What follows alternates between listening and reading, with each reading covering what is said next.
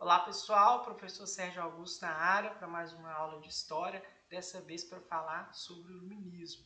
Um movimento muito importante dentro da história, uma vez que os reflexos desse movimento ainda estão presentes na nossa sociedade atual, tá certo? E nada melhor que começar definindo o que foi esse movimento. Então o Iluminismo ele trata-se de um movimento de ordem cultural e ele foi idealizado por uma elite intelectual europeia ali no final do século XVII e esse movimento obtém o seu esplendor então no século XVIII ali na França com a eclosão da Revolução Francesa. Movimento esse, né, que vai colocar fim à monarquia absolutista e vai apresentar ao mundo uma sociedade mais igual e liberal, tá certo? Então, de certa forma, o pensamento iluminista ele vai servir de referencial teórico para as contestações do antigo regime, período esse que se desenvolveu na Europa entre os séculos XVI ao XVIII. O contexto histórico. É importante destacar também as bases, né, que abriram caminho para o desenvolvimento do pensamento iluminista lá no século XVII e XVIII. E isso vai ocorrer ainda no século XIV com o desenvolvimento de dois importantes movimentos, o renascimento cultural e as reformas religiosas. Ambos os movimentos eles vão contribuir de forma significativa para pelo menos dois fatores interessantes nesse momento, né? O enfraquecimento do poder da igreja e a ascensão da classe burguesa. Aqui à direita eu tenho Martin Lutero, né, o primeiro reformador, aí, a gente já estudou as reformas religiosas. Aqui o homem vitruviano, uma produção de Leonardo da Vinci, que representa aí uma das características do renascimento cultural, que é o antropocentrismo, o homem no centro, e que também está presente no pensamento iluminista que a gente vai ver agora. E aqui, uma imagem que representa a ascensão da classe burguesa, que vai fornecer as bases também para o desenvolvimento do pensamento iluminista. Beleza? Aqui um parênteses interessante em relação ao iluminismo e Deus, o cristianismo. Então a maioria dos iluministas eles acreditavam sim em Deus, né? E para eles Deus era o relojoeiro do universo. Por quê, né? Então essa divindade ela criou o mundo e pôs ele para funcionar. E então os iluministas eles teciam críticas à igreja, tá certo? E não a Deus especificamente. Então os iluministas eles acreditavam que o mundo era regido por leis naturais e que era preciso conhecê-las, por isso se dedicavam à ciência.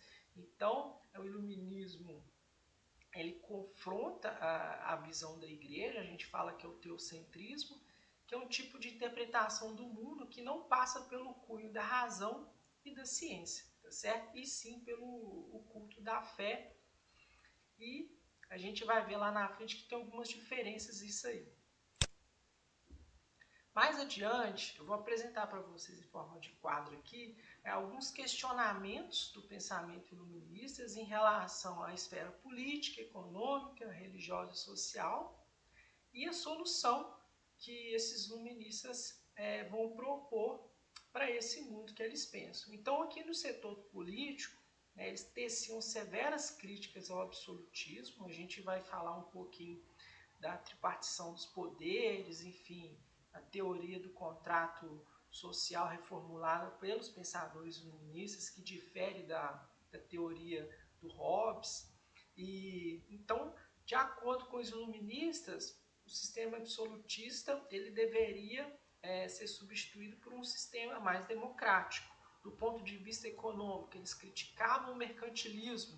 O que é o mercantilismo? É a política econômica adotada pelos países absolutistas europeus. Essa política econômica ela visa o desenvolvimento e enriquecimento do Estado, logo é um tipo de política que propõe uma maior intervenção do Estado na economia. E isso o iluminismo criticava muito. Para eles, o Estado ele deveria interferir o mínimo possível na economia. E essa forma de pensamento econômico ganha o nome de liberalismo. Do ponto de vista religioso, O iluminismo criticava o teocentrismo, que era a visão da igreja, pautada na fé, né, que desprezava aí o cunho da razão e da ciência. Então, o iluminismo propunha então o antropocentrismo, que tem o centro no o homem detentor da razão, capaz de produzir a ciência. E essa forma de pensamento, né, a ciência que vai propor o desenvolvimento do homem, tá certo? Do ponto de vista social, o iluminismo critica a questão da desigualdade e propõe uma sociedade mais igual. Claro, isso vai ficar mais claro quando a gente for falar de cada um dos pensadores iluministas e as principais ideias defendidas por cada um deles, tá certo? Mais adiante é aquilo que eu falei. O pensamento iluminista, então, ele defende o uso da razão como o melhor caminho para o desenvolvimento do homem e para que ele alcance, então, a sua liberdade, emancipação e autonomia. Então, o uso do pensamento racional ele deve ser levado adiante, substituindo a fé, né, e o misticismo, pois essas formas de pensamento bloqueavam a evolução do homem. Então, aqui mais uma tabela: antropocentrismo e teocentrismo. Então, a visão do iluminismo ele confere com a razão, a ciência, com o homem no centro. A visão da igreja é a visão teocêntrica, que é pautada na fé e tem Deus como centro de todas as coisas. Mais adiante, eu cheguei a falar um pouquinho que o iluminismo ele foi mais intenso na França, né? E isso ocorreu lá no século XVIII, durante a Revolução Francesa. Então, o iluminismo ele serviu de referencial teórico. Então, as ideias iluministas elas foram colocadas em prática lá no desenvolvimento da Revolução Francesa. Revolução essa, né, que implicou em mudança em vários aspectos, principalmente do aspecto político, que colocou fim à monarquia absolutista do rei Luís XVI, né, e estabeleceu as bases de uma sociedade mais igualitária e liberal no final do século XVIII. O lema da Revolução Francesa reflete bem esse ideal iluminista: liberdade, igualdade, fraternidade. Eu coloquei aqui um bônus, algumas imagens sobre a Revolução Francesa. Essa aqui em específico é que marca de fato o início do processo armado da Revolução, que é a queda da Bastilha. É um conteúdo que a gente ainda vai ver. Então, a queda da Bastilha, que é um símbolo da monarquia francesa, ela vai repercutir não só na França, mas em toda a Europa. E isso vai significar o início, né, da queda do antigo regime aí na França. E aqui uma última imagem, já fazendo um spoiler que a gente vai aprender lá na Revolução Francesa. A monarquia ela tem o seu fim e com ela o seu governante. Então aqui a cabeça do rei Luís XVI sendo exposta após ele ter sido condenado e morto na guilhotina durante a Revolução Francesa. Mas a Revolução Francesa é tema para uma próxima aula. Aqui agora algumas características desse movimento iluminista. Eu coloquei aqui os rostos de alguns desses pensadores que a gente vai ver mais à frente em detalhes. Então, entre essas características, a gente tem o racionalismo, que é o uso da razão, o anticlericalismo, né, são concepções aí críticas realizadas à igreja, o naturalismo, né, que é a valorização da natureza, a compreensão desse mundo natural, a igualdade, todos são iguais perante a lei, o antropocentrismo, que tem o homem como centro, e o liberalismo, que é a liberdade como direito natural, né? Então, o iluminismo é uma sociedade aí que prega, em resumo, a igualdade entre todos aí. Mais adiante, então, a gente vai falar de cada um desses pensadores iluministas e o que cada um defendia sobre o pensamento da época. O primeiro aqui é o Francis Bacon.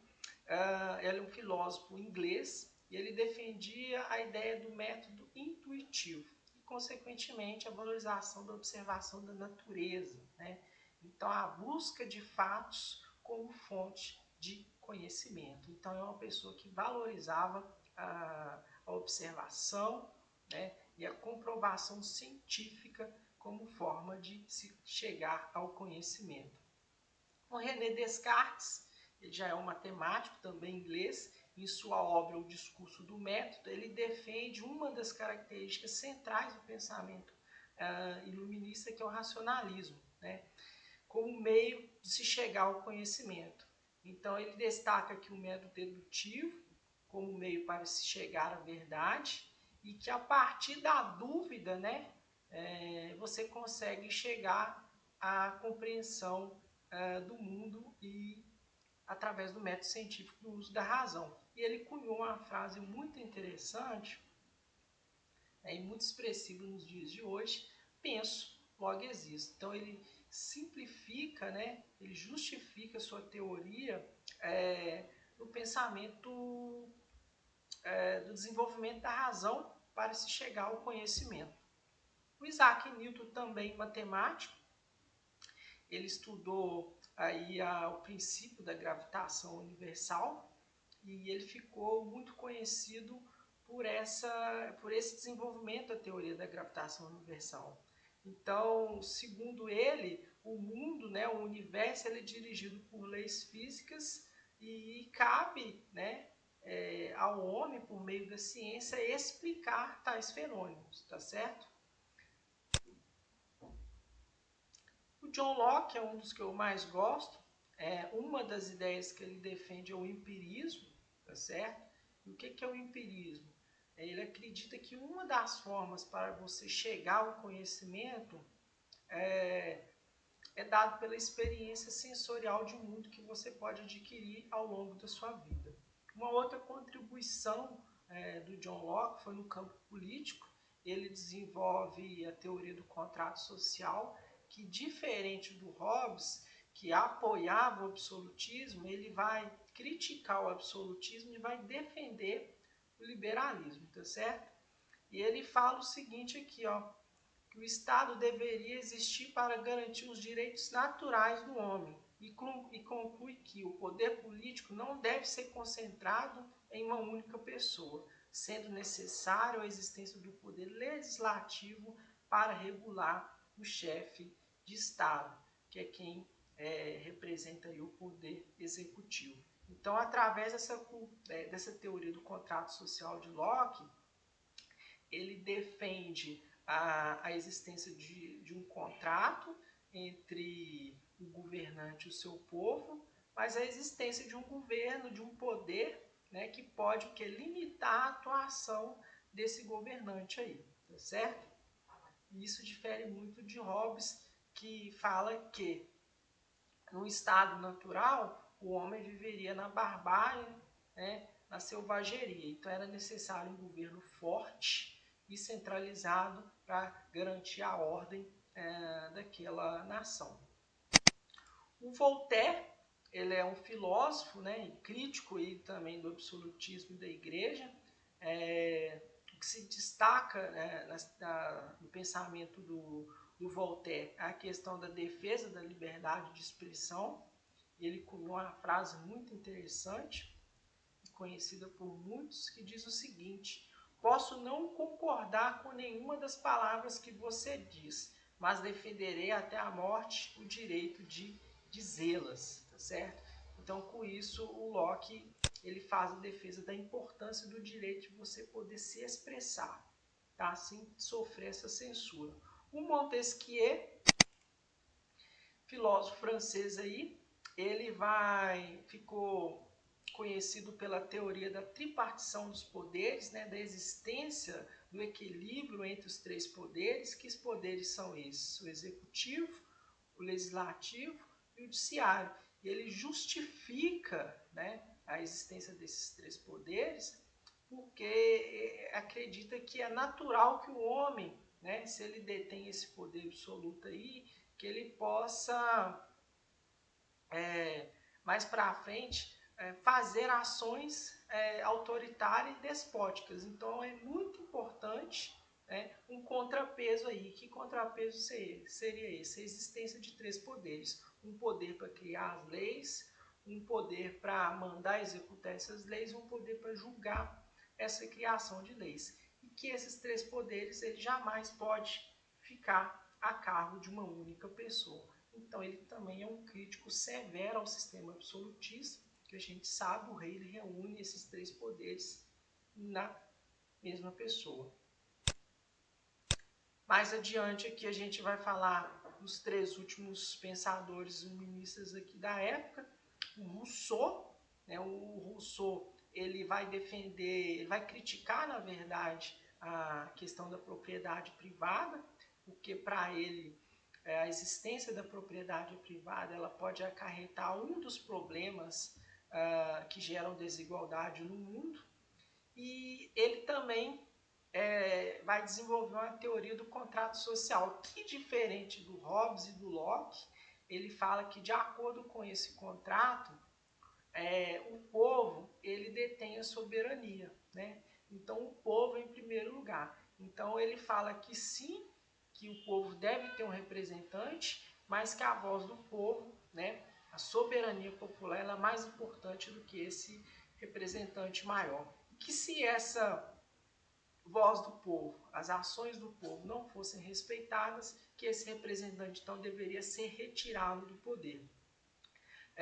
A sua teoria ela vai contribuir de forma decisiva para a formação de um conceito de democracia voltado para a questão da vontade da maioria. Então ele vai fundamentar esse conceito aí a partir da sua teoria do contrato social, que se difere do Locke e do Hobbes.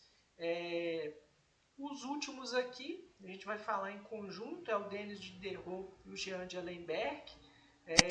Esses dois aqui, eles vão reunir os pensamentos da época e organizar uma obra muito volumosa e monumental que se chamou Enciclopédia.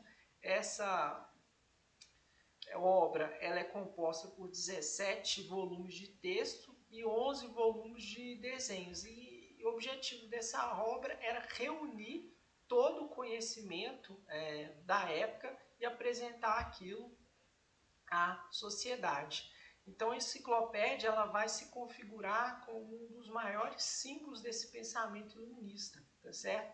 Então olha só que interessante, ali no século XVIII foi possível pensar em reunir os pensamentos mais importantes em uma obra, mesmo que ela sendo dividida em vários volumes. Hoje isso seria impensável, você conseguir reunir em uma obra só, mesmo que contenha vários volumes, o conhecimento científico de todo o mundo, tá certo? Mas no século XVIII isso foi possível com a enciclopédia.